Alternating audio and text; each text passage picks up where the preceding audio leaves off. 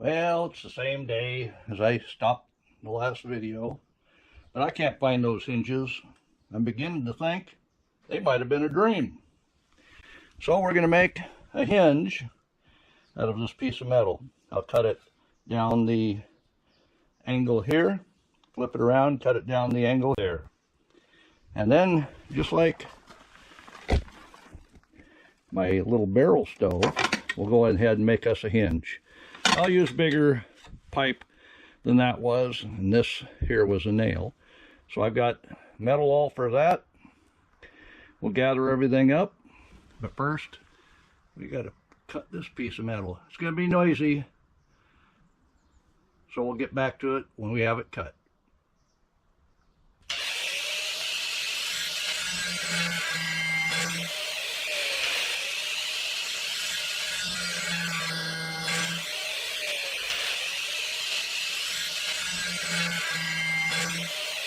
So we got half of it cut. Go ahead and flip it around. See, it's cut all the way down. And we'll cut the other side. So we'll be running down that. But I won't bore you with that. All right. That's one hot puppy.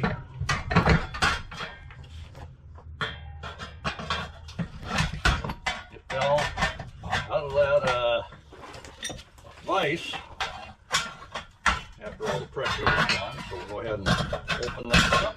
There we've got our two pieces. So now cut these in half. This will be one hinge, this will be the other hinge. All right. So I've got the two pieces here now. I'll cut these in half. This will be one hinge, this will be the other hinge. That'll be quick and easy now. Measure this, 28 inches, half of 28 is 14.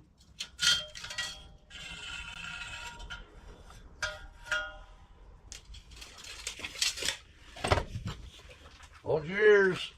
You don't have much left of that wheel.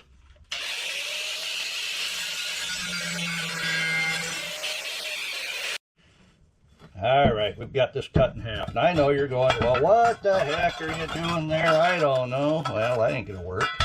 So obviously, I have to do it this way. The wood will fit up in here on both sides. And then we'll have the hinge on the back here. I'll show you that. So I found my donor pipe and I found my donor pin. This is one of those cement forming pins. So you pound that in the ground, screw through into your form, holding it in place. But I don't do cement work. And that'll fit inside for a hinge. I don't mind the rust. I will oil it up. And the other thing I found, this came with a log puller, but it came with a detachable handle. I don't know how many times I lost that handle, so I replaced it with something good. So I'll get a strap for that. That'll go on the side of the truck where I can crank up that drawbridge. Let's get her done. So those of you that know how things work, I made pre-cut my pipe that will go against the hinge. Like I say, it'll be welded here and here, leaving this unwelded and leaving that unwelded. That way, the pipe stays straight as I'm welding everything. I can, after it's welding, go ahead and cut that off, release it, drop the pin in. Smart thinking, huh? Yep, experience. That's all I can say, experience.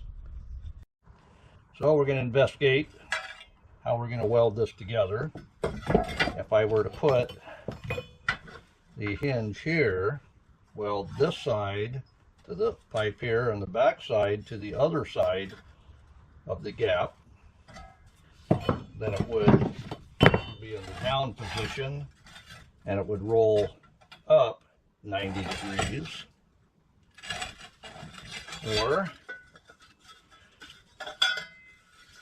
if we the pipe here, it would roll up 90 degrees. So with the gap cut there, we'll go ahead and get this all mounted into place. After we have this side welded to this plate and this side welded to this plate, we'll go ahead and take the rest of that off, having two separate pieces, and we can put in our pin. Of course, I have to cut the pin as well because I've only got one.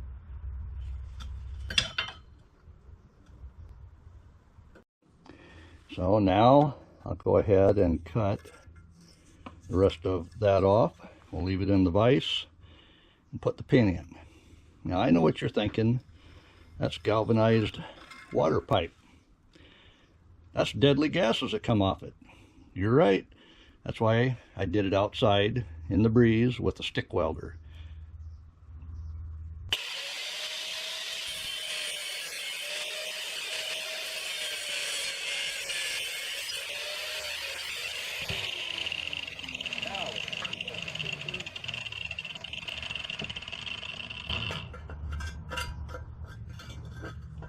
Like I say, 90 degree will be right there. That's as far open as that needs to come. I'll show you. Yep, just like I had planned it. We'll go ahead, get the pin cut, and put it in that hinge, and then I'll get the next one ready to be welded. So, let's see how that all fits.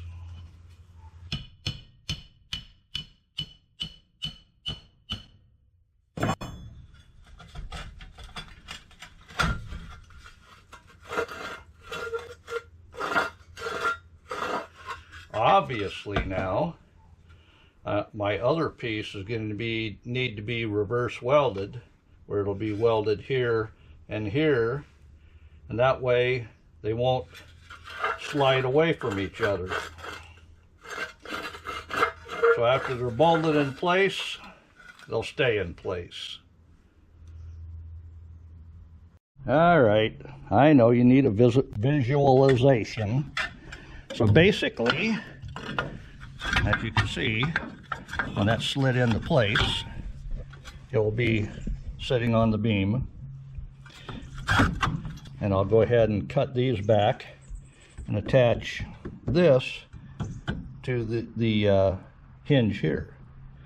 So it's much easier, I'm sure, for you to visualize what I'm trying to do. This way, like I say, the weight distribution is on the beam and being held on the rail ramp itself. So I'll go ahead and drill holes in this all the way through. Open it up. One set of rails will get screwed into the lower, and then I'll have to raise the ramp up and screw in from the bottom side. That should be easy enough to do. This thing isn't all that heavy. All right, I've got this cut, the pin put in. And it works the same way.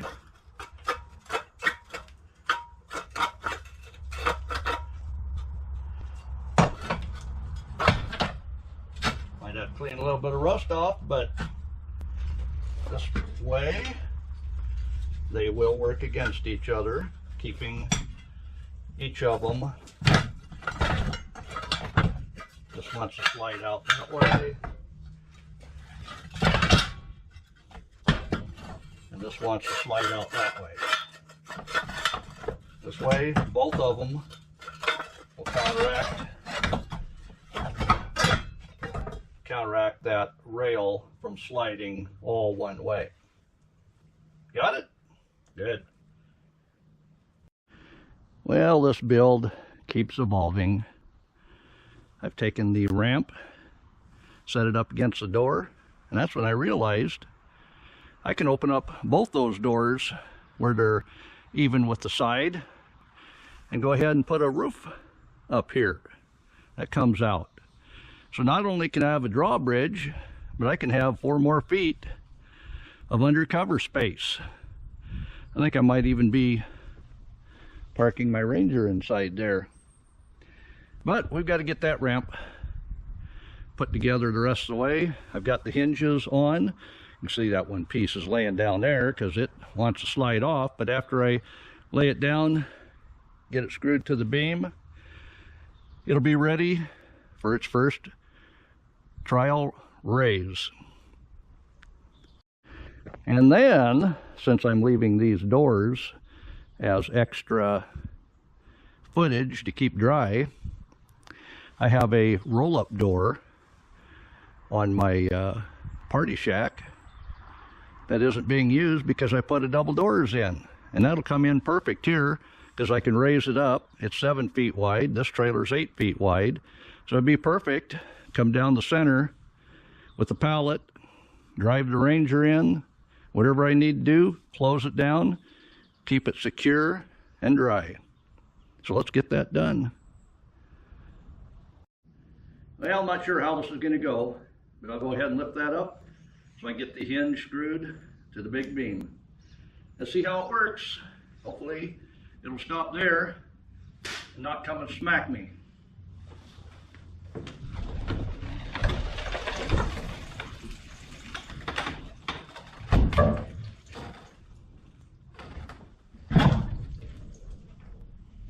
So far so good. We'll get some screws in.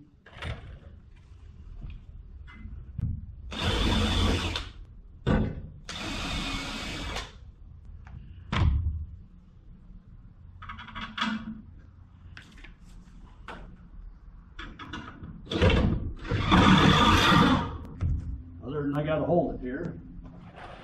That's all right.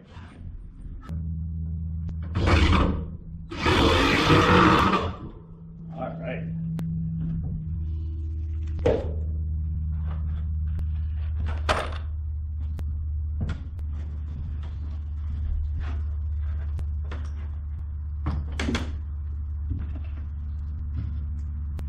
So that's not too terrible.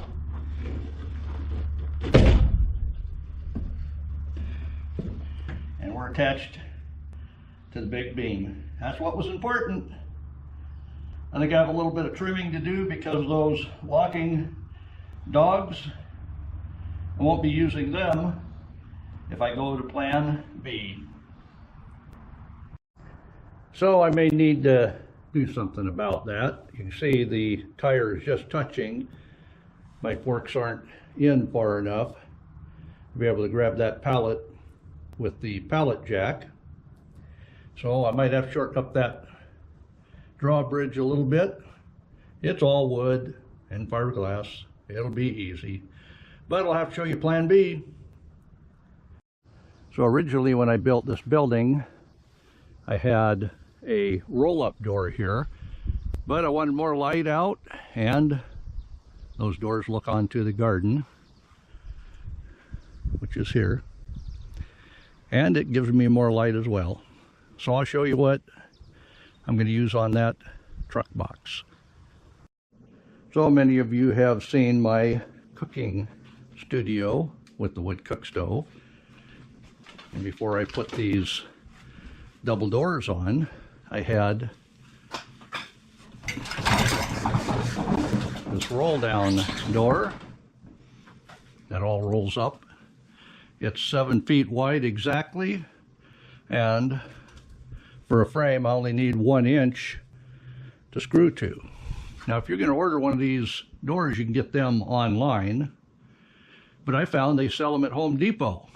Now what was the difference? Well, the price was exactly the same, almost. If I ordered it and had it shipped to my house, it would have been twice as much because the shipping was as much as the buying of a 7-foot door. But if I ordered it at Home Depot, they ordered it into the store, cost me nothing for the shipping. So think about it if you want one of these doors. I know my brother would like to have one of these on his box truck. So in the next video, you'll see me taking this door off, building a frame for that truck box, and installing it. It's going to be fast and easy. So I want to thank you for watching, and stay tuned. We'll put that door on a truck box.